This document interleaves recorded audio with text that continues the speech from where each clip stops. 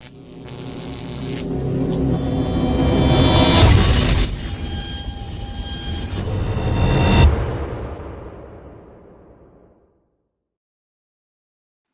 good, party people? This is Accord in the Woods, and I have the honor and privilege of talking to a undefeated at MMA prospect of CSW. That is the Combat Submission Wrestling Camp out of Fullerton, California, headed up by none other than the Badger, Ben Jones. She is a proud member of the Badger crew, basically defending her undefeated record over a tough Sabrina Lopez at Sparstar 48. She's the one, the only Jen Flores. Jen, what's going on?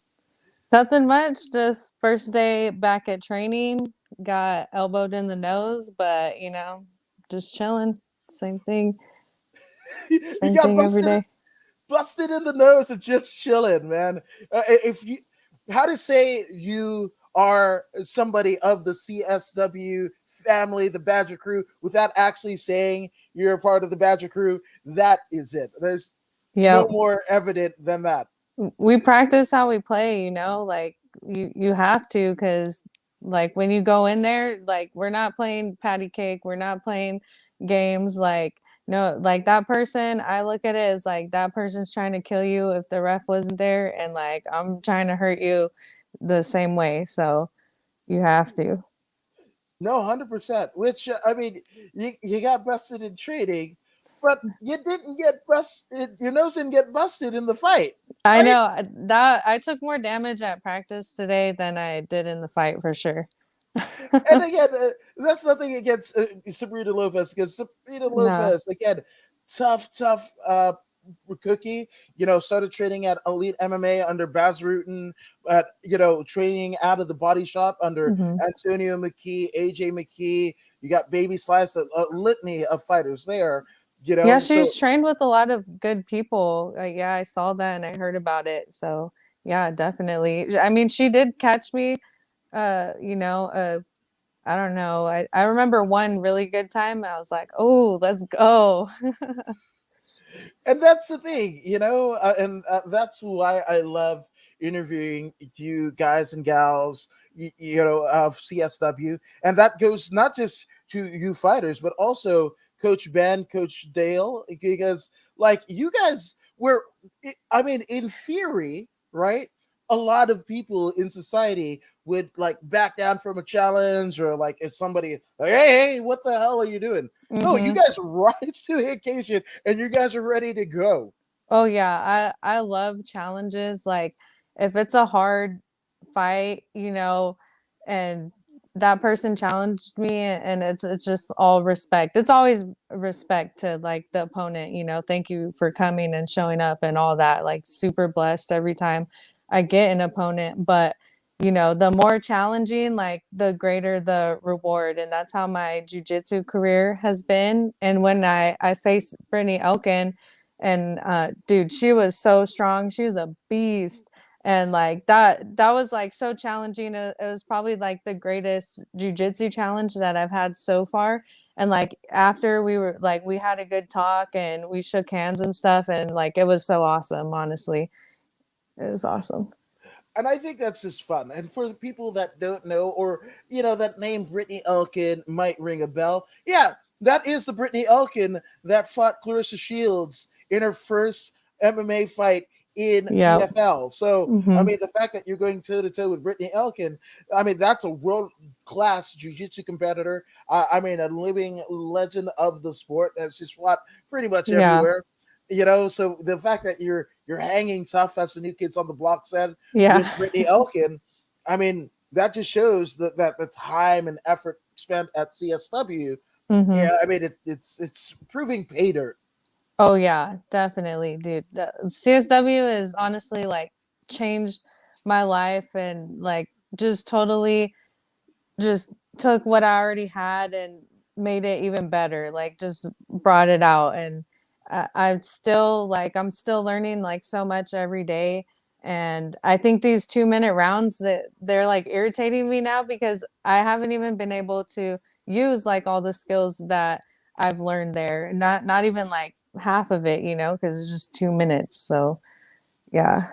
Yes, and for those who are watching that are not familiar with the California State Amateur Mixed Martial Arts Organization, or CAMO as it's known to us in the know, yes, it's 2 minute rounds, and sometimes in title fights there might be 3 minutes depending on Usually 30. I right. think it depends on how many fights you have, right? Exactly. And also, the shins versus no shin guards and whatever. If you have less than two fights, then you do shins unless you and your opponent agree to no shins. And then No that, shins. yeah, no shins. No No shins shins. for me. Both my only two fights that I've had that I haven't had any shins on. Right. Yeah. So, I mean, those 2 to 3 minute rounds, right? I mean, it's almost like it if anything, it reminds me of the Dana White Contender Series, or maybe the Ultimate Fighter. The exhibition bouts that happen within the housemates or the castmates, Hmm. because you have to impress in that time. Yeah. You have to finish right, but Hmm. as an avid martial artist, you don't get to show everything that you were training for in that particular training camp, or your evolution as a fighter. Yeah, it's so short that you don't get to, but honestly, it's okay because there will be a time where I'll be able to, show all that, and so it'll come, definitely. It will come. Which I gotta ask, in terms of you coming into combat sports, there's easier ways to make a living, or spend your free time, theoretically. Hmm. But what was it that drew you into mixed martial arts? Well, so I've been competing since I was little. I've always been an athlete. I have two brothers, and all my cousins are boys. So even before even doing any sports, like we were always playing football outside. I was always outside, like climbing trees. I was heartbreaking because when I was 10, I realized that I couldn't play football. That was like my dream. I was like, I'm gonna grow up and be a football player because my stepdad at the time was really into football. So like we watched it and stuff. Not anymore. Don't ask me anything about football anymore. I don't know anything. But when we were little, like that's all I did was just football, like running outside. I would always ask any kid because we're all at the same level when we're little, like all the boys and the girls. I would just be like, hey, you guys want to race? Just any random group of kids, I would just race them. So, like, that's, kind of like a background. Then I started getting into sports like softball, and I always did really well, but I hated being on a team with people that, you know, I just hated being on a team, I think. Like it was hard that you're the only person doing your job and then someone else is costing you the game and stuff. So I just really hated that aspect of softball, but I just love playing sports. And then when I got into high school, I got into track and cross country, which wasn't a team sport. And oh my gosh, I loved it. I loved track. I did the 400, the 300-meter hurdles, and the 4x4 relay. So it was awesome. I had the best track coach ever. And then so I was every time I won, it felt so good. I love winning. I'm super competitive. Even with my grades, I would be competitive. So like if I had an A minus, like that wasn't good enough. Like I had to be like the top of the class or whatever. And so when I got out of high school, I was bored. I was like, dude, what do I do now that I don't have any sports? Like, so I was between like soccer and doing like kickboxing, like just cardio kickboxing. I was like, Mom, I want to do one of those. And then we found like this little like kickboxing place, like nothing martial arts really at all. It's just like you punch the bag like 10 times and kick. But then I started being there every single day, hours, so like literally hours. Every single class that my instructor had, I was there all day. Like, and this was when I was like 18, 19. And then that started getting too easy for me. So I was like getting bored. And I was like, Mom, I'm bored. I need to do something else. And then so we accidentally stumbled on this jujitsu gym in Redlands. We were like eating at this like Bravo burger. And then she was like, hey, look, there's a picture of like MMA over there. Like, let's go check it out. And I was like, ugh, okay, mom, let's go. And we went in there, and the instructor was like, hey, we're about to start this class right now for jujitsu. Like, why don't you just hop in? And I was already wearing like workout clothes. And I was like, what? I'm looking at these people like, is this karate? They're in like gis, like they're saying gi, and I'm like, what is a gi? What is gi? Like, I don't understand anything. Like, I knew nothing about really martial arts at all, like nothing except for like Ronda Rousey was like the hugest thing around that time. Right. That's all I knew. And so I did this class, and that was it. That was it. I went, and same thing. I was there every single day. I rolled every single day. In 3 months, I did my first tournament at Worlds for SJJIF. Yeah, yeah. Um, so in 3 months, that was my first tournament, and I won. And like I've just been like undefeated in jujitsu like pretty much ever since until Brittany Elkin. But that was awesome. So that's pretty much it. Like that was it after that. Well, that's pretty wild. That I mean, you didn't even know what the thing was, I and had no idea. less than like 4 months. Not only are you, like you're training consistently, you're competing, but you win golds in your very first competition. Mm-hmm. Yeah, it's pretty crazy like how it happened, but it, and it's so weird because I've always been the most quiet person in high school. If you ask anyone, I'm just like the shy, quiet kid, like that doesn't really talk too much, is a good kid. And then I know a lot of my people from Redlands, they're like, what the heck? Like, that's the same girl, like that was in my class that never said anything. Like, I sometimes I can't even believe it. It's crazy. But this is definitely what I want to do, and I love it. Now it's crazy because you mentioned your brothers are also athletic, right? My younger brother, he's very athletic. He was in wrestling in high school, so like we would always mess around. And my older brother, he's more he did play sports with us, but he's more of like a musician. So he Mm. went into like that path, like guitar and stuff, and he's a music major. So yeah. It's kind of wild, right? That I mean, and you hear that a lot, right? I just saw one of my friends post that he basically started jujitsu with two of his friends, right? And just any athletic endeavor, but this one specifically jujitsu, and started with his friends and whatever. And now he and his wife just opened up a gym in the valley part, of Los Angeles County, and it's kind of wild. And he was just like, yeah, but my friends no longer trade, and Yeah. it was this kind of nuance about consistency and everything like that. So it's kind of fun that, especially one brother who wrestled, right, and Mhm. you guys used to kind of scrap, when you guys were youngins, but here you Yeah. are actually taking fights versus him not necessarily taking that path. I think it's Yeah. fun. It's really crazy, like just seeing, like we all came from the same place, like me and my brothers, and just the different paths that we've taken. And even being in the jujitsu gym, I was there, I'm telling you, every day for hours. And I would help like coach the kids and stuff. Or see like the different adults that would come in, some of them that fell off, or some that just like you can see their progression, like because I have just been there the whole time of their progression, and it's like, dang, that's crazy. Some people learn way faster than others, and it's just so crazy all the different, you have these two kids that come in and one learns way faster than the other, or it's crazy. No, 100%.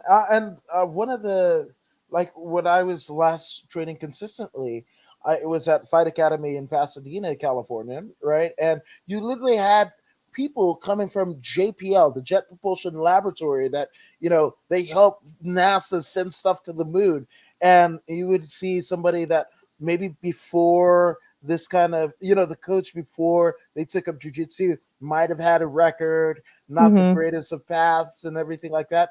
And you're seeing somebody that maybe didn't finish high school or college or whatever, and here's Yeah. somebody who has like double PhDs and whatever, but the double PhD can't figure out a boxing combination, or how Yeah. to do a proper armbar where the person that whatever is teaching them. And Yeah. it's a nice little kind of Yeah. life swap. Yeah, it's really crazy. Like, even just the whole thing about school, like my mom and my family, they really pushed for that. And I was going to school. I was a biology major, and before I just decided, I was like, no, I'm gonna go back to MMA because I just came back a little over a year ago. Like that, it's been that I've been back at training because I had like 3 years off before that, where I was like trying. I want to call it like trying to find myself Right. because I was just all over the place. Like I didn't know what I wanted to do. And there's like this pressure. I'm getting older and it's like, go to school, that's all you hear. And that, but in the back of my mind, I'm like, dude, I miss jujitsu. I miss grappling. Like, I know that I just had this like feeling that like I could be really good at it, like just phenomenal. So it's the best decision I ever made. But it's one of those things where you have to go 100% or like you're out, like 0 or 100. There's no like 50% in or anything like that. So I jumped off the cliff. Oh, hey, sometimes you gotta. Sometimes it means like that. And I'm sure my sister, who loves this particular boy band, will appreciate the reference. But O Town said it's got to be all or nothing at all, right? Mm-hmm. Yes, I use a boy band to reference MMA. I'm weird. Anyway, but you grew up in the Redlands, the Inland Empire part of California, right? Mm-hmm. So you you coming back, kind of tossing the cards up and seeing it where it may be, and actually enlisting into CSW, the famed CSW under Eric Paulson, Ben Jones, that whole crew, the Badger crew. So, I mean, did you know that maybe you wanted to get out of Redlands? Was that one of the things, or you just knew the school? Like, what brought you to CSW? So it's kind of a interesting story, but I was at Pinnacle. I don't know if you're Yeah, of familiar with. course. So I came up pretty much when I was 18, 19 with Ruben Duran was there, Bobby Green, of course. Like Yeah, I still talk to him to this day. I actually just talked to him before my fight. He was supposed to come, but he had to do some stuff. So Bobby Green, Jamal Emmers, yeah, Darion Caldwell. I trained with all of them, and honestly, there was times where it was just us training because we needed to get ready for like Jamal's fight or yeah. something, like just, and it was just us three or whatever. So I came up with them, but the gym kind of like fell apart, just normal gym stuff that Mhm. happens, gym drama. So after that, and I was going to school. I was flip-flopping between school and that, but the gym was kind of like falling apart. So it kind of like forced me to do the school path because when that was happening, I was trying to find another gym and there was no other gym like Pinnacle around. There's just nothing similar to it, the way that they train or the skill level. Everything else like felt like a joke to me. Like I remember I went to this jujitsu gym in Ukaipa to try and see, what's out there, and I like tapped the instructor out and it was just so awkward. He like ran out of the building and he didn't say anything to me, like nothing. And I was just like, okay, well, definitely never coming back here again. Or there was like gyms where they're like, oh, a girl's in here. Like they didn't want to roll with me. It was like really awkward. And I was like, is this normal? Like, cause I've spent my whole time like at Pinnacle and everyone knows me and respects me and it's, you know, so it was just weird. And then, so I took that time off and my manager, Danny Lockhart, Yeah, love that yes, dude. he's so He's awesome. So I met him at Pinnacle years ago, like when I was like 18. And so during this 3 year gap, like 2 years into it, he like messaged me and he's like, hey, like, do you want to get back in to training? Like, I want to help you. I think I always thought you had something special. He told me way back then when nobody took me serious. They're like this little 18-year-old girl, like, okay. He told me like right then and there, like, you're gonna be good one day, you're gonna be like famous. And I was like, oh, thank you, you know?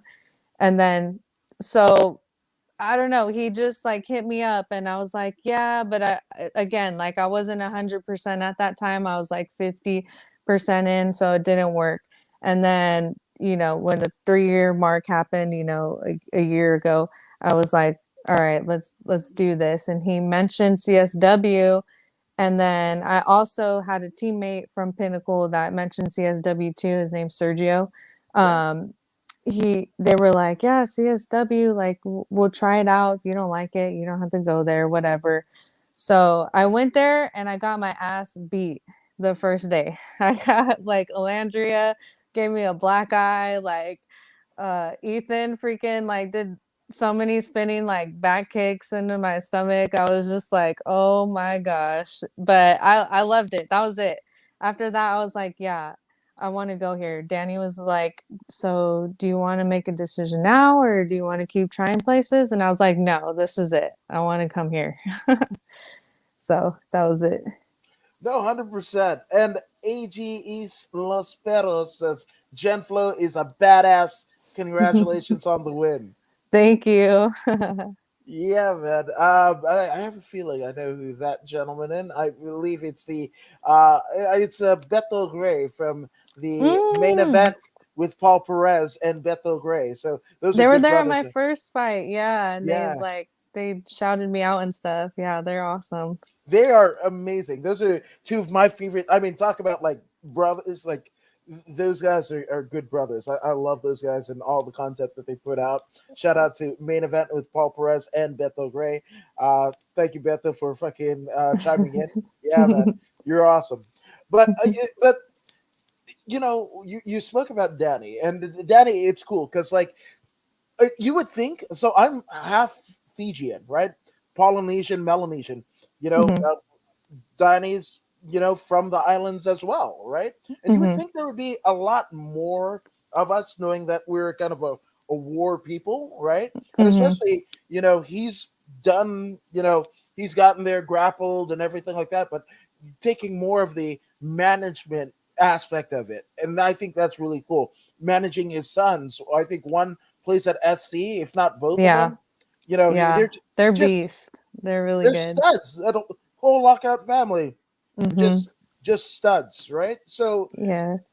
but him saying that to you, right? As sometimes when compliments, right, it can kind of feel weird, right? Yeah.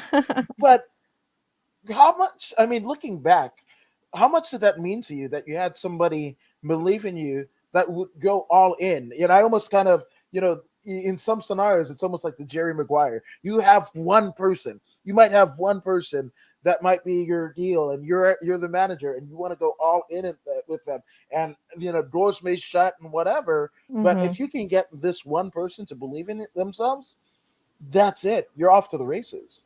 Oh, yeah, definitely. It means so much to me. Even like the people that have I honestly feel like I wouldn't be in the position I am right now, which I feel like is really good without like the people, just those, 5 people that I can count on my hand that have helped me so much. So, like it's really crazy to have someone believe in you when nobody, I'm not even kidding, like nobody took me serious. Like I was not intimidating looking at all when I was 18. Like I wouldn't, I don't even know if I would take myself serious. I was just this little girl, that was just super quiet. So it means a lot. Yeah, no, 100%. And that's the thing. Most people, it's weird, right? Especially in the kind of lithosphere of MMA, right? Where people have seen like the Conor McGregors and what have you, and feel like you have to, it's almost a pro wrestling presentation, right? But here's the thing: one thing that pro wrestling does, most people just think about like the Hulk Hogan's, the John Cena's, and whatever. But the one thing that I like about the presentation is, being able to capture a particular, fan base, right? There might Mhm. be shy, quiet girls that might have, ran track as well, and they're trying to navigate themselves through the world, maybe didn't Mhm. do the college deal, and you're their beacon of hope, right? And so if you Yeah. can figure out a way to tap into that, and as you yourself are tapping into your inner true self, you're Mhm. elicting that same response to the people around you. We were kind of talking off air about, there are people that you didn't even know that were at your first fight that came this way, and everything that they had to do, clear out their Saturday plans. You are their Mhm. Saturday plans, not going to the movie, not going to a concert, not, whatever. They're getting tested, whatever, because they're wanting to see Jen Flores do what she does. And right there, you just don't know what you could be, right? Until you almost see yourself in the eyes of other people. Yeah, definitely. And when I'm in there, I don't know, it's so weird. I don't like I look at my past fights and I'm like, who is that? Like I'm like doing like gestures and stuff that I would never like do. It's just so crazy and it feels like a movie. Like I can't believe that that was me or like when I'm in that moment, it's like an out of body like experience for sure. And I think one of the feelings that I do have is just like whenever I win, it's like we won. Like whoever like resonates with me or my everyone that supports me, it's like we freaking won. Like not just me, like everybody. So that's really how I feel. Like it's so crazy. Like I don't think about it. It's just like how I feel is the crazy part. No, but I mean, sometimes it beats like that, and I remember, the first interview that I did, right? First interview that I did probably wasn't the greatest. I didn't have all the equipment. I maybe just had my phone, right? I stuttered. I was like, oh my God, I'm doing the fucking thing that I always wanted to do, that my mom, like, whose dad was the first broadcaster in Fiji, right? Like, I'm almost kind of taking that part of the lineage and running with it, and it just Uh-huh. whatever. And you're That's but so cool. then you see yourself now, right? And Yeah. you're able to, do those things. I mean, honest to goodness, it's funny that you mentioned your first day, and Alondria Brown, shout out to Alondria, fucking giving you a black eye, Yeah. you, doing fucking ninja shit.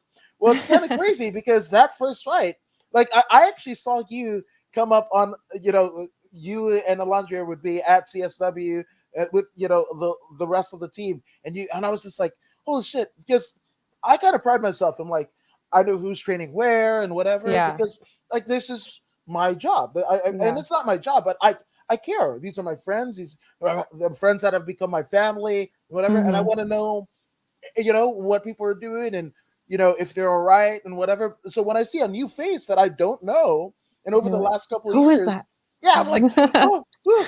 So I get giddy. Like, my wife Yeah. was like, what the hell happened? I was like, no, there's a person, and it just goes right over her head, because one of the things I love about my wife, she's not a combat sports fan, right? So, like, if and that's also how I know, like, if something really hits, right, and she's like, oh, that's a good interview or whatever, because she doesn't watch normally, right? Yeah. So if I can pull my wife, I'm figuring, like, other people that don't watch MMA, that don't Mhm. watch, whatever, maybe I can hook them too. Yeah. Yeah. Yeah. Definitely. That's a good goal. And oh, I was gonna say something to that, but I just forgot. It just like Well, went out the window. well, I'm sorry. That was, I feel that's my fault. But No, you're good. but again, that's how I I straight up, like, Elijah attacked you, I followed. I was like, oh man, and seeing it's because your tenure at CSW theoretically isn't that long, right? Mhm. It's not at all. It's barely been like over a year, like a year and maybe like a month or two. Like it's crazy. Yeah, Yeah. and it's Just the funny. growth. Yeah, the growth, right? And it's something similar that I saw with Alondria. Alondria, I was there for her first fight, and then also the last fight before COVID was at MMA Events Inc., right? Mhm. And in Long Beach, and I saw Jake with her, and I was like, I didn't know the relationship, but I was like, oh fuck, is wow, is there a fucking girl training at CSW? This could be so great. And then when I saw you there, and I'm like, oh fuck, Alondria has somebody, to play. Yeah, Like you guys are gonna sharpen. I know Coach Ben. Coach Ben was training with Aaron Tohill, who fought Layla Ali back in the day. Like not that's too crazy. I far back. didn't even know that. Yeah, 100%. Wow. And that's so I'm just thinking, right? So when that was all going down with Aaron, training there, whatever, Ben was Coach Ben was still fighting, right? Hmm. So Aaron was his teammate. Now he's a coach and he has all of this experience, right? All the titles that he's won, the times that LFA, Bellator, UFC, and taking the team there and what he can do. Like I'm Hmm. just like, oh fuck, Ben Jones and Invicta. I would love to fucking see that, right? And you Yeah. and Alondria theoretically would be the vehicles to make that happen. Yeah, it's honestly crazy because he's told me stories about like other girls that have come and he's like, I hate training girls. I never thought I would train girls, but you guys are special, like me and Alandria. So it's really crazy. But I mean, to to that, like I've trained with a lot of girls and like the same thing. They don't want to train as hard as me and Alandria, or they can't. I don't know. I'm not getting anything out of it at the end of the day if they're training like that. So yeah. Yeah, and you guys are fucking ninjas, man. I mean, the entire team. But I mean, I think that first fight that Alondria had under officially becoming under the CSW banner, ninja shit. Yeah, Your she's a first fight, savage. yeah, and then your first fight, fucking hell! I thought you. I mean, obviously your jiu-jitsu prowess and your athletic background, but like you showed almost and this fight with Sabrina Lopez again, tough competitor in Sabrina Lopez, but you showed almost tendencies of somebody that has 5-10 fights. That's what everyone said. After, especially after my first fight, I was walking around and like people wanted to take pictures with me and stuff. And they were just like, oh my gosh, that was so amazing. Like, how many fights have you had? And I'm just like, that was my first fight. That was my very first fight ever. And they're like, no, there's no way. Like, you look like you've had at least like 4 or 5 fights or something. And I'm like, no, that was my first one ever. Even street fights. I've never been in a street fight, anything. Never. Oh, That's the crazy part. That was my that's very first fight ever. Ever. which I mean, let's take it back, right? Spar Star 47, right, at Commerce Casino. And what was your obviously, you've trained, literally half your life in physical things and this latter Mhm. this I guess new part of your adult life, you're totally immersed in combat sports, whether it be Pinnacle or CSW. But that's all fodder. That shit goes right out the window when they lock the cage door, or even before. You literally have the Badger crew, all 80 of you. It seems Yeah. like, right, walking out with you, Yeah. right, and then Jim Fitzgerald is calling your name, and the cage door closes. That is it, right? Mhm. So was it different than what you expected, and what did you expect? It really was different. Like I know that Alandria, she's super cool because she'll tell me like everything. She's like, your first fight, you're gonna have your pressure test and this and that. And one of the things I remember her telling me is like having everyone there behind you. And I never really thought about that being important or anything, but especially in my first fight, just like being there and like Ben's gonna slap you and then everyone's just right there. Your whole team follows you out and you don't really think about it, but I don't know, it makes you feel really good. It makes you feel kind of like safe and secure. And I'm like, I know for sure none of these other fighters are getting this or will know what this feels like because it's something so special and different. It's not really like a team sport, but you always have your team like to support you, which is I don't know, there's no other feeling like I can't compare it to anything else and it's super awesome. No, 1,000%, 1,000%, and the way that you performed, right? Because that could be a lot of pressure, right? As Alondra kind of stated to you, that could be a lot of pressure to put on one person in a debut fight, Mhm. but like that's one part of it, and then actually being able to perform and perform in the way that you did. And I encourage everybody, if you guys haven't seen the first or even the second fight, go ahead on the Sparstar MMA YouTube page where you can get it right now for free. For free. Check it out. I'm just Mhm. saying, right? So Yeah. it's, I mean, but the fact that you rose to the occasion, did you see something in yourself that you hadn't done before? Because that's a lot of people kind of like, having your back and everything like that, and you have to come and perform, and you Mhm. actually do it, and you actually like win in such a fashion that again people think you have more fights than you actually had. Yeah, it's I don't know, it's so crazy. Like being in there, like I said, it's just like a whole nother person. It's I look at the video and I'm like, I don't even know who that is or remember half of like the stuff that I was doing. Like I just get in there and I honestly feel really calm for some reason. It's really weird because I know a lot of fighters, like they can be the best fighter, but if they're in in the cage, like the cameras are there, especially my first fight, I didn't really think about it too much, but there's cameras like my first fight, there's lights, it's well lit, there's tons of people around. Like for your first fight, I can see how that would get to you, but for some reason when I was in there, I just go in a whole different like place, different mode, and I feel really calm. It's kind of like scary. I'm like, how do I feel this calm? This is like my first fight. Even my second fight, it felt a little bit like I'm still hyped, but I'm calm, like it's weird. It's like a good balance. But yeah. No, but that's the thing. It's finding the balance, and you're a jiu-jitsu competitor. Like you know those stories of people that are amazing in the gym, right? Amazing in the gym. They're tapping people left and right, or in striking. They're getting the best out of pro fighters that might have a pantheon of fights behind them, right? And they're Uh-huh. getting one up, and then but to perform in front of the lights and the camera and the crowd and the Mhm.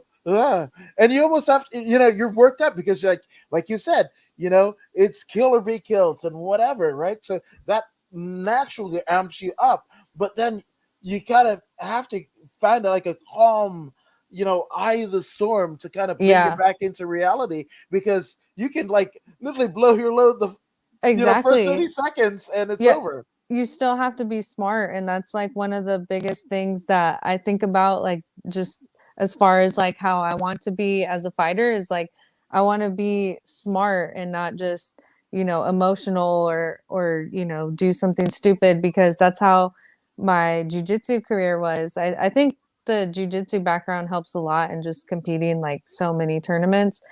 Sometimes you have to like adjust mid match or something, Yeah. like you just have to be smart. You're not getting what you want, so you got to find it like a different way. So I feel like that helps a lot. No, 100%. Now, one thing that I want to know, because we're talking about the nuances of, you know, getting to the cage, and all of that, but one of the things that make CSW different than some other gyms is the patented Badger Slap, right? And one of my favorite, I mean, there are cool things that I have done in my career that I'm proud of. One of those things is at a Sparkstar event at Commerce Casino, the site of your very first fight. Uh, maybe it was Ethan Ewing, right? But Mylan Ayers, I love that dude. One of the like the most unheralded referees on the California circuit. But Mylan Ayers was standing there, about to whatever, and Coach Van Badger slaps Ethan, and it's literally like a what the fuck, because Mylan didn't know it was coming. And that is gold. And when it comes up on my Facebook memory, I share the That's shit out of it. I tag them both hilarious. Oh because my because gosh. like like bang, right? And I you see Mylan like That's funny because like when Ben did it to me this past fight, you can see like there's some girls in the background right there. And like after he slaps me, they're like looking at each other and Yes. they're like, "What the heck? Like what just happened?" And I'm just like, "Yeah, let's go." Yeah. There was one girl. It's funny that you said that. There was a girl, like she had her phone in her hand. If you look, she had her phone in her hand, right, and it looked like she was like doing something with the phone, and she heard it, and her fucking eyes just like, It's funny like the reactions and like last fight when I got slapped, like I think not many people say this, but like one or two people were like, "Oh my gosh, like he's hitting a girl or whatever." And I'm like, "Dude, I signed up for this. That's the least like of my worries. I've been hit way harder. I'm about to go in this cage and get locked and this person's trying to kill me basically. And trust me, like getting slapped by Ben is the least of my worries. It's honestly, I feel like it's an honor to get freaking the Badger slap. Like it gets you so hyped. You're ready. At that point, you're ready. Like you're at the top of the mountain and now you just gotta get in there and like, climb down or whatever. So it's awesome. It's an honor freaking to get the slap by Ben. So no, 1000%. And it's funny that you mentioned the honor that it takes, and it absolutely is. But um, you're familiar with Antonio Inoki, right? The wrestler that I don't think so. fought. He fought Muhammad Ali in a wrestler versus boxing match in like the 70s in Tokyo, right? And Uh-huh. so Antonio Inoki, he is the founder of New Japan Pro Wrestling, which is kind of, I mean, to put it simply, it's kind of like the WWE of Japan, but it's way more. There's storytelling there. I mean, that's Okay. closer to shoot fighting than anything else in pro wrestling, right? Mhm. So there would be people, right? I think there was a celebrating Antonio Inoki's like 30th year in pro wrestling or whatever. There is literally in the middle of the Tokyo Dome, like I want to say at least 100 people waiting, like coming down a rampway, a long ass Mhm. rampway. And if you don't know about the Tokyo Dome is a indoor baseball stadium in the middle of Oh, Tokyo. shoot. So imagine Whoa. the ramp, That's cool. like a Yeah. football field long, right? Yeah. And people just waiting to get slapped by Antonio Inoki. Fuck Leon What? Machida, who did some matches in New Yeah. Japan and shit like that. He got slapped the shit by Inoki. I want to say maybe even Anderson. What? Yeah, but the visual of like 100, maybe plus People people. lined up. Yeah. Yeah, and Inoki at what 70 years old, just slapping the shit out of him. Bang, and he's not pulling punches. And then like he fucking like hulks up and shit like that because you can see he's getting winded. And then he's like that motherfucker that comes in right Yeah.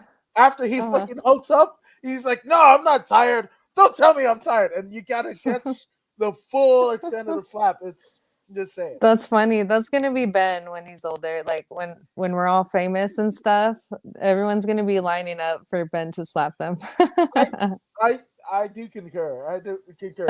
One name that probably isn't is probably Mylan Errors because if you get that just looking at it, he's like, anybody got time for that? So, Oh my gosh. so obviously, 2-0,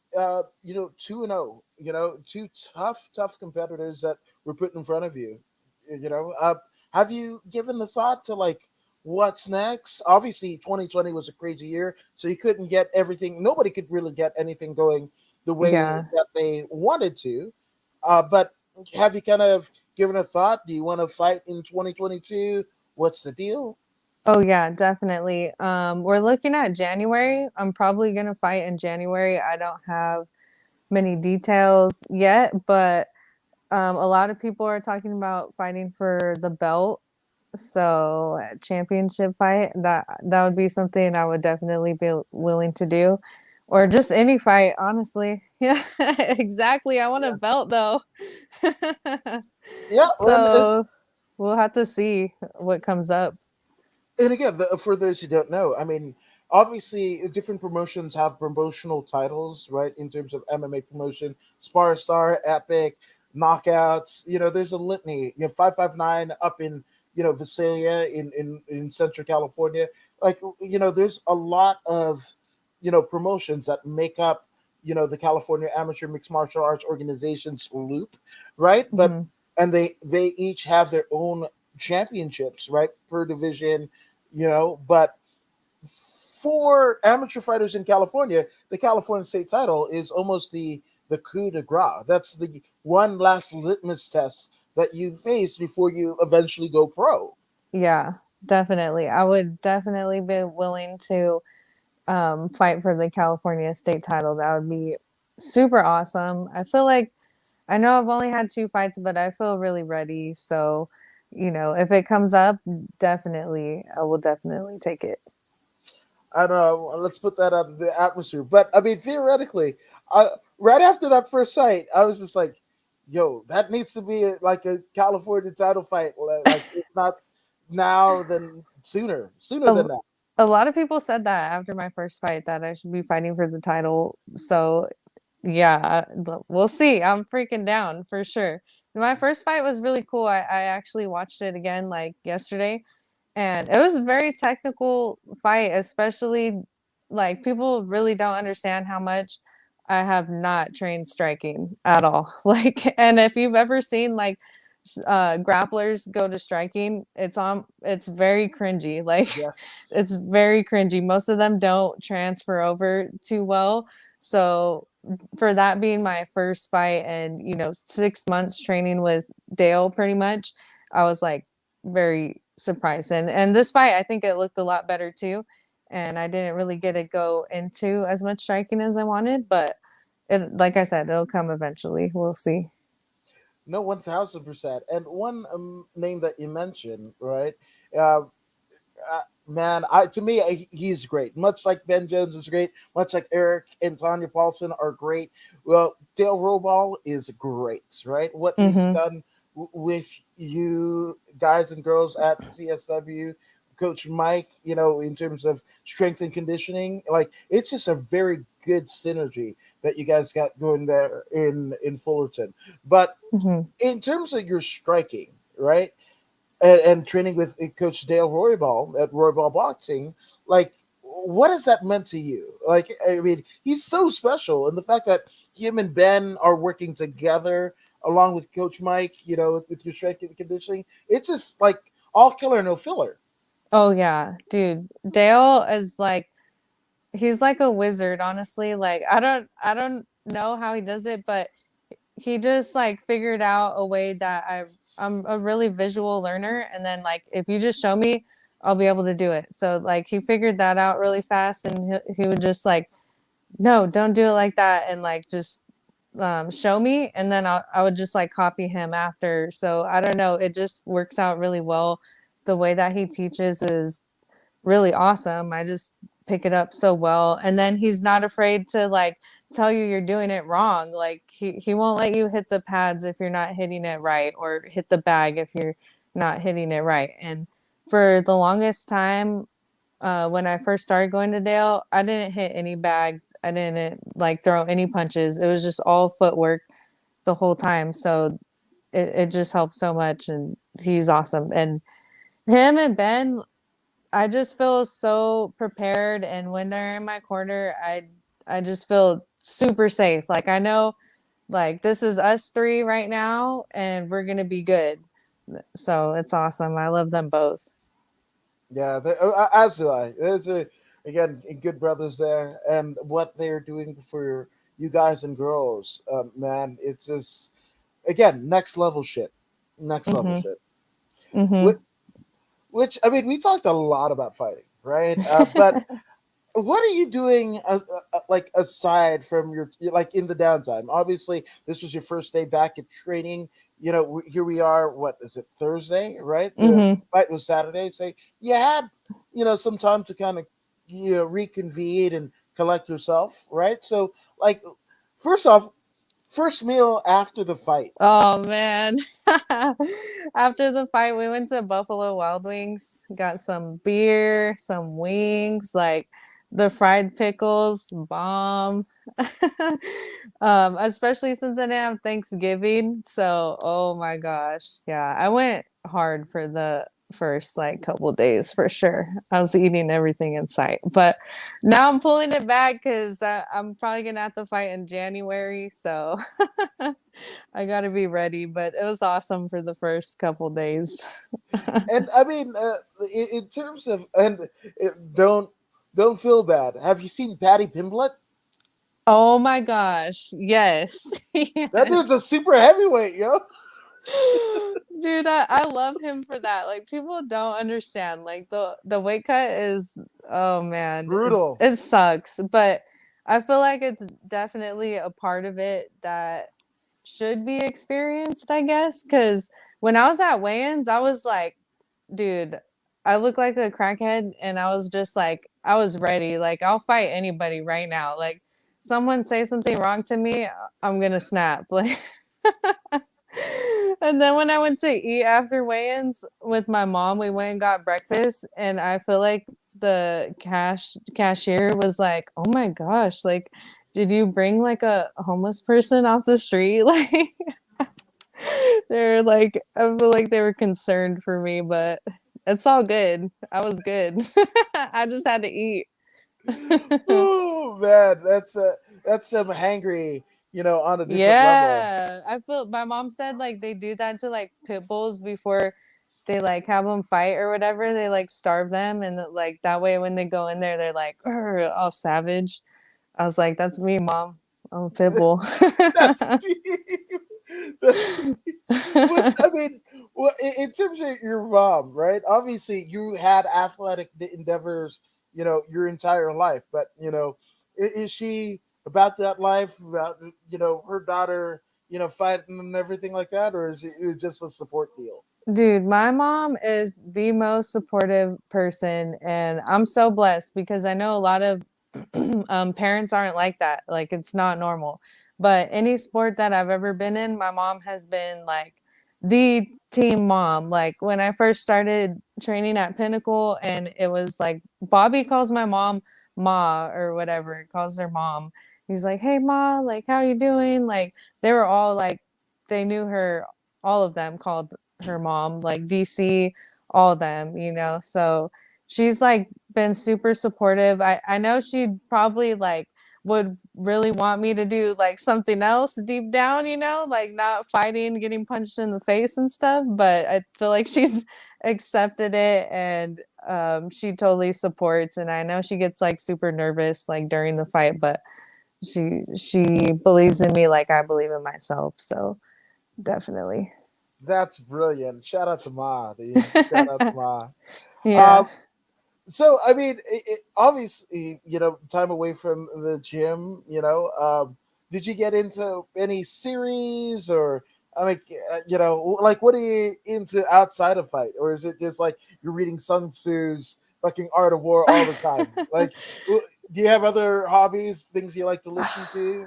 Man, like I don't really watch TV or anything. Like my whole life is literally training. It used to not be that way, but I've had this week off and I've just really just been relaxing, just watching like random TV shows on TV, on cable, whatever. But that's pretty much it. Like just eating, chilling, relaxing. Like I don't really like go out or anything. Oh, that's funny. She says she didn't really go out, and then she goes out of the podcast. That's hilarious. I don't know if she planned to do that or not, but for those who don't know, that's Jen Flores, who is back. That's funny. Sorry, I don't You know what said happened. I don't really go out, and you go out.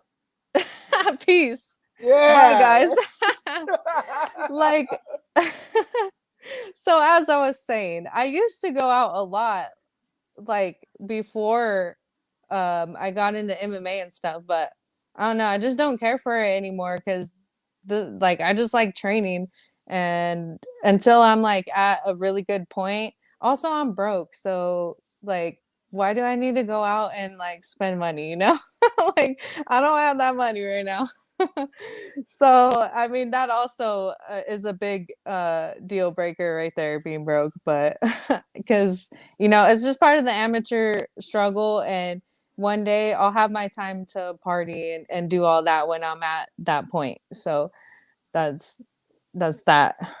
No, that makes sense. And it's funny, like people call it like California sober, but you have weed or mushrooms or whatever, right? Well, California broke, right? Is just like Yeah. you might have like $20 or whatever, and then you're trying to figure out like what crypto I can sell, Yeah. or you might have like what is it? The damn one of those digits or whatever Hmm. where they save money for you. NFTs. Oh, yeah, yeah. Yeah, or they save money for you, like $5, whatever, and then you're like, oh shit, overdraft protection, and they whip like $50 in your account. Oh, That's dude.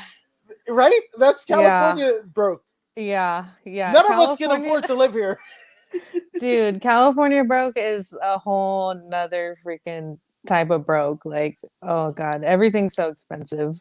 So, especially I travel to Fullerton because I'm from Redlands, but I live with my cousin during the week in Pomona, but it's Okay, still like a 30-minute drive depending got it. on traffic, whatever, like every day. So, yeah.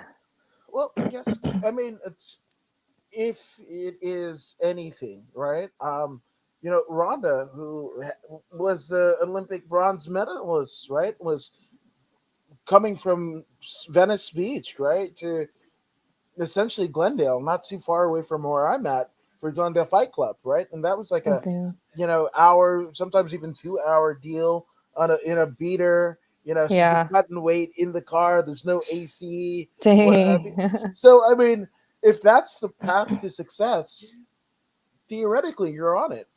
Oh yeah, definitely. Like I said, it's just part of the process, and like I said, it'll be worth it, there will be one day where I'll be in a really good spot, so I believe it. Well, I feel you are in the, even though the bank account might not say that, I think you're in a pretty good spot right now. But I mean, to be in that good spot, you have to have a good support system around you, both professionally and personally. So, Jen Flores, take as long as you like. Let's get some shout outs out of the way. Heck yeah. First of all, my mom, she's the best, super awesome supporter. Ben Jones, my head coach, man, he is just something else. He always keeps me motivated and everything. Dale, Coach Dale, Roy Ball, obviously. My speed burners coach, Rick Haganor, um, my manager Danny, also Lovely for sponsoring us, Chris, or sponsoring me and all of us on the team. Christian, he's super awesome. Who else? I'm trying to think. I think that's pretty much it. The Obvious team. my team, yes, obviously, yes. I couldn't do it without them. Freaking my awesome team. There's one more that I was gonna say. Sorry. Uh I'm so bad at this. I'm the worst at like shout outs. Like I'm trying to get everybody. Oh my new fans, all the people that support me, just everyone that supports me. Like just thank you so much and thank you for being part of the journey. Even, this is just my second fight, so can't wait to show you guys more. The second of many, right? The second Yes, of the many. second of many. I can I can't wait. Hopefully that Oh, I one more. go for it.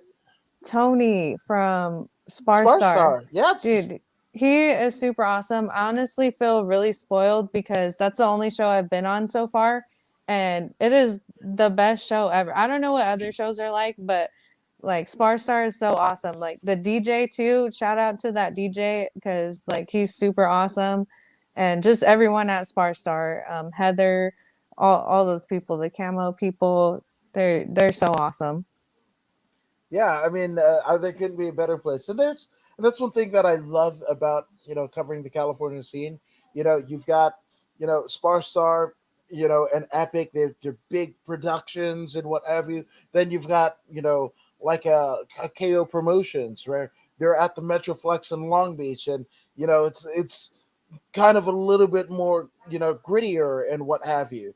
And so it's kind of amazing to see what Yeah. promoters, how they see this kind of aspect of combat sports and how they present it to their fan base. Because Smart Star fans are different than Epic fans, that are different than Knockout fans, that are different Yeah. from 559 fans. So it's really cool to see. Almost, I look at it as a renaissance, right? Where basically, fighters fight, coaches coach, refs ref, cornerman corner, us interview and photographers will do our thing, and we all come together. We all have different views of what this combat sports concept is, and we all bring that together for one night. A Dude, couple. Yeah, it's so crazy. Like the even the photographers and like everyone and the DJ and everything, it's just giving me like more of a respect for like art, like in general, because they're all doing their art. Like the photographer, the DJ, the everyone there is like that's their form of art. And then like me as I'm the artist in the cage, and it's so cool because like there's just so much art in the room that people don't like understand what's going on, you know? no, 100%. It is the great renaissance, and one thing that will be a renaissance is what following you as you progress on in your career. So for those who don't already do it, and I think they should, but I've linked it all in the description below. But I've done it once, but it bears repeating. Where can people find you on social media? On Instagram, I changed it back to JFlow Janelle. So it's JFLOJANELL. And the same for my Twitter right now too. So follow me. Dang right. I followed her. You should too. So again, Jennifer, congratulations on your now undefeated streak. That streak extending to 2-0. It's amazing. I can't wait to see how you progress in your career with your team. How and heck, even the guys and girls of youth that are coming up under you and Jake and Alandria and Curtis and whatever. It's Mm-hmm. just like my heart just swells. So Awesome. just thank you for being you, and thank you guys for joining us here at According to Woods. And if you haven't already done so, go ahead and like, share, and subscribe to the According to Woods podcast on Facebook, YouTube, Twitch, and even Twitter. I mean, Jen, you're subscribed to the podcast, aren't you? Uh, if I'm not, I'm going to be. Yeah. So be like her and go ahead and subscribe to the podcast. AJ with Los Spirits, that's a great interview. Appreciate my brother, Thank but you. yeah, I can't wait to see what you and Paul Perez do. But again, go ahead and subscribe to the podcast. And if you don't believe me, you don't believe Jen, and I don't know why you wouldn't. Well, here's pro wrestler Zeta Zhang to help convince you. Hey, this is Zeta Zhang. Make sure you subscribe to According to Woods